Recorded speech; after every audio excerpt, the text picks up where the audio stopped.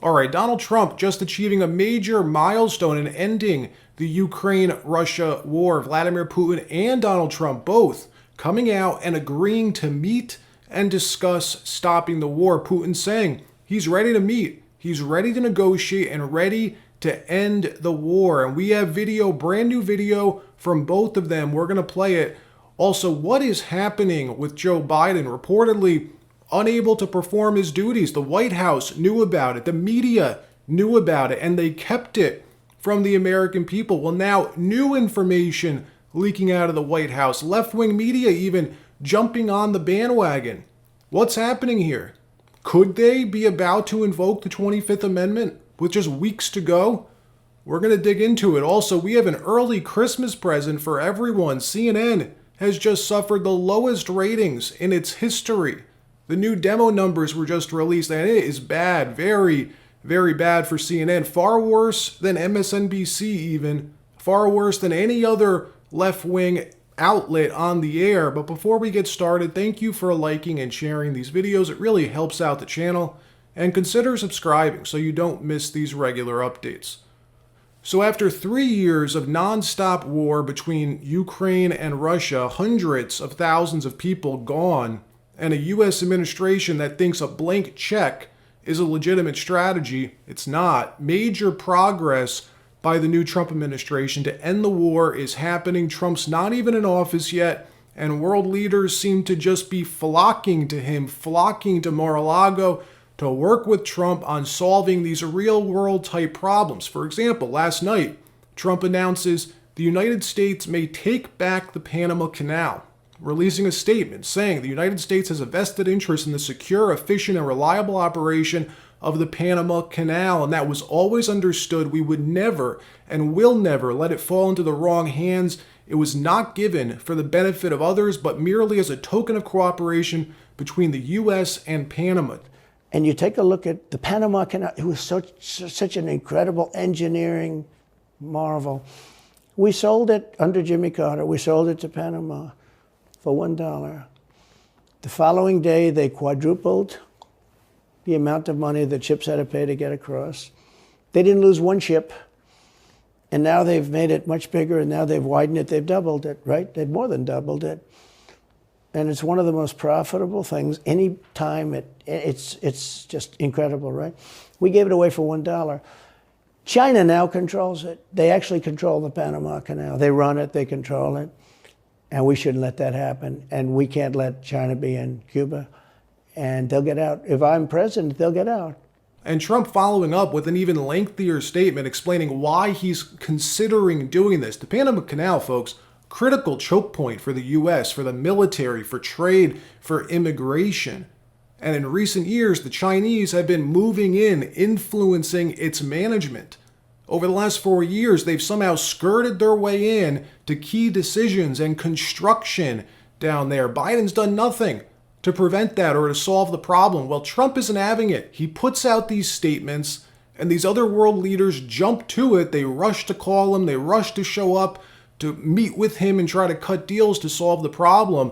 One of the largest of such problems is the Ukraine-Russia war. Over $200 billion in U.S. tax money have gone to Ukraine. $200 billion.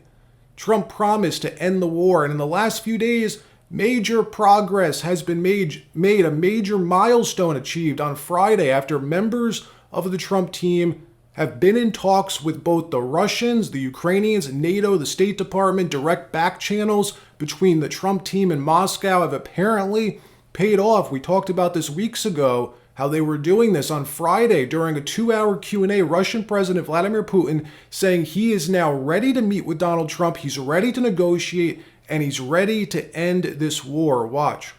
Even if the anti-missile is deployed in Poland, it's not going to be able to intercept.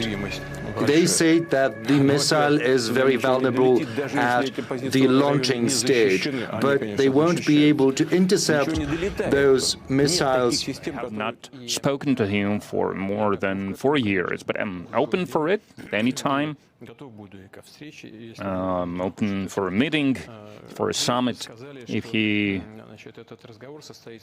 wants to. And a few weeks ago, Trump confidants had hinted that they were making progress. They were coming up with strategies to get both sides, the Ukrainians and the Russians, to the table, which is why Trump gave the Biden administration the green light to allow Ukraine to use those long-range U.S. missiles last month. Well, apparently, it paid off. Something paid off. Here is Trump today addressing Putin's comments about ending this war. Roll the tape. President Putin said that he wants to meet with me as soon as possible. So we have to wait for this, but we have to end that war. That war is a horrible. The soldiers, the number of soldiers being killed, it's a flat plane, and the bullets are going, and there's powerful bullets, powerful guns, and the only thing that's going to stop them is a human body. They go dead flat land. Nobody's ever seen anything like it. In another story, a sitting U.S. congresswoman from Texas has been located after she went missing for 6 months. She had missed every single vote in Washington for 6 straight months, and nobody thought to ask where she was. Is she okay? Maybe they just wanted to keep it under wraps. I don't know, but either way, she's been located, and guess where? Found living in a nursing home facility in Texas. You can't make this up. Republican Kay Granger, 81 years old, currently the GOP's longest-serving representative. This lady hadn't visited her office in Washington for 6 months, and her last recorded vote was back in July. All of this figured out by a reporter from the Dallas Express who thought it was strange she couldn't reach the congresswoman for comment about something. Well, this reporter discovered she's been living in a $4,000 a month nursing home that specializes in memory loss.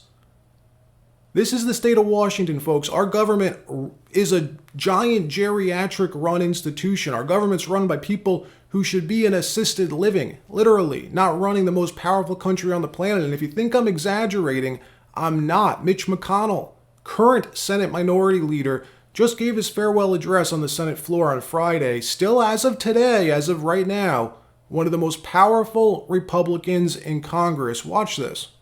The Senate is great. So is the nation that it represents. And I'm going to do everything in my power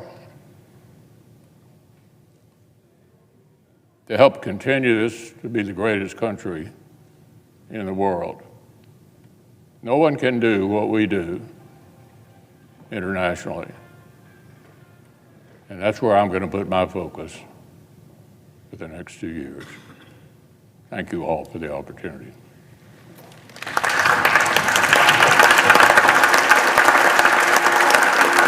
Joe Biden, the president, we learned this week that he hasn't been in control of his faculties for years. The Wall Street Journal just did a deep dive about this with deep sourcing, 50 firsthand sources from inside the White House who came away saying Joe Biden isn't in charge.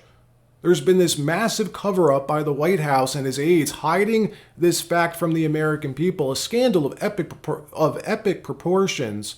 Watch as Karine Jean-Pierre claimed just months ago that Biden's fine, that all the videos you're seeing of him, they're just deep fakes, and he's healthier than ever. Watch this. There seems to be a sort of rash of videos that have been edited to make the president appear especially frail or mentally confused. I'm wondering if the White House is especially worried about the fact that this appears to be a pattern that we're seeing more often. Yeah, and I think you all have called this the cheap fakes video, and that's exactly what they are. They are cheap fakes video. They are done in bad faith, and some of your news organization have been very clear, have stressed that these the right wing critics of the president have a credibility problem because of the fact checkers have repeatedly caught them pushing misinformation, disinformation, and so we see this, and this is something coming from your part of the world, calling them cheap fakes and misinformation. Then today, just months later, it's all coming out. So much evidence. Even CNN is calling it one of the largest cover-ups in presidential history. Watch. This piece does show Biden having all of these sort of walls up. Yeah. And the walls kept getting higher and higher as the years went on. This is the biggest scandal in America. And the level and volume of people who dedicated themselves to lying to everyone at home about this man's condition for 4 straight years up through this summer is breathtaking. It's a scandal of epic proportions. And it's a fair question to ask, who is running the country? Who has been running the country?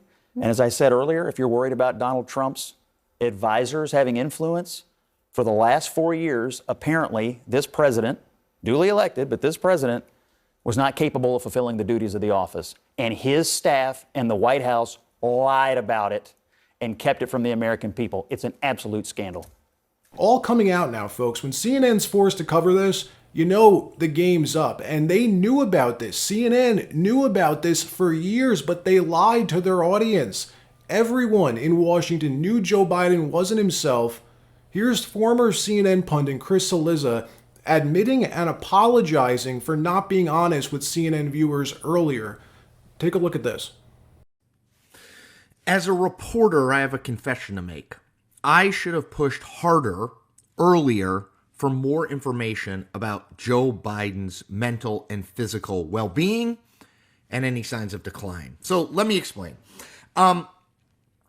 There's no obvious evidence that he's declining. Yeah, he moves a little slower, he talks a little slower, but there's no evidence that he's declining. And the White House and the people around Joe Biden were absolutely adamant that suggesting anything, asking the question about whether he was in some physical, mental, or both decline was offensive. How could you?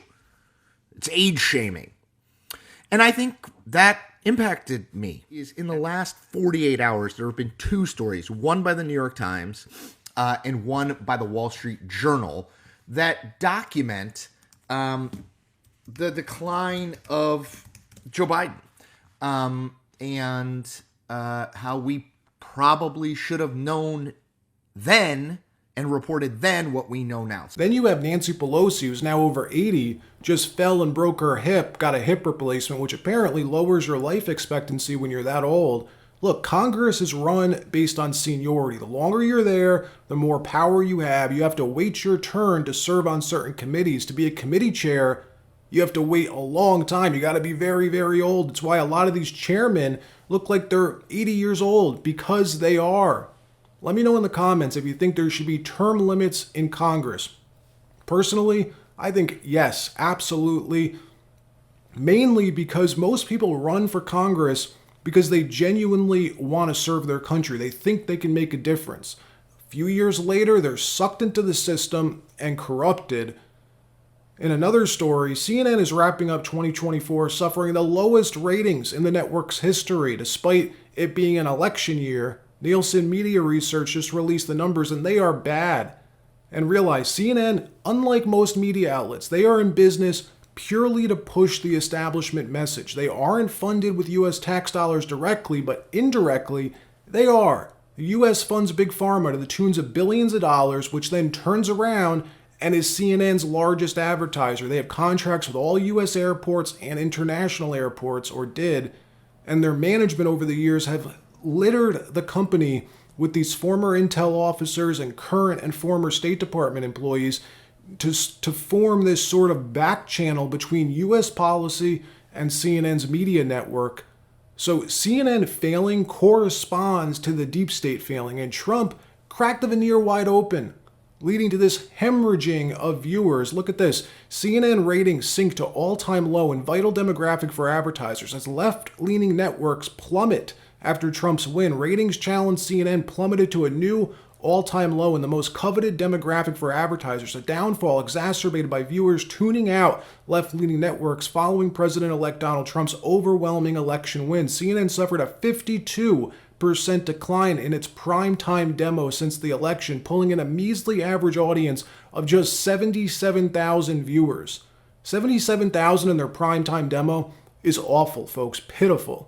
Just 11% of cable news viewers tuned into CNN's primetime shows after Trump's election win, lagging behind left-leaning rival MSNBC at 16%. And look at this. Meanwhile, conservative network Fox News drew a staggering 72% of all eyeballs in prime time. CNN's at 11% versus Fox News at 72%. Numbers don't lie. There's a reason nobody is watching CNN and MSNBC. It's not that they aren't interested. If they weren't interested, they wouldn't be watching Fox. Fox's audience grew by 7% in 2024. They're tuning out CNN and these other far-left networks because nobody trusts them.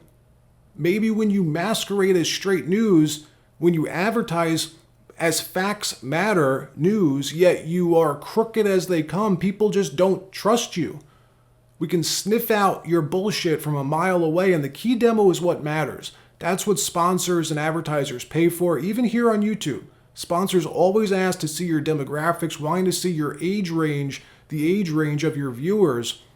In 2024, CNN averaged less than 100,000 viewers in the crucial 25 to 54 demo and a total viewership of just 488,000. By contrast, Fox News averaged a total viewership of 1.46 million total viewers. 3 times CNN's total viewership. 3 times, folks. That's a massive gap. And now even Democrats, prominent Democrats, are calling CNN out to their face on the air. Dick Durbin, Illinois senator, part of Democrat Senate leadership, called CNN out to their face this week. And Dick Durbin isn't just some random senator, like a just elected senator. He's a committee chairman. This is great. Watch. Members are giving themselves a pay raise. Do you guys deserve a pay raise?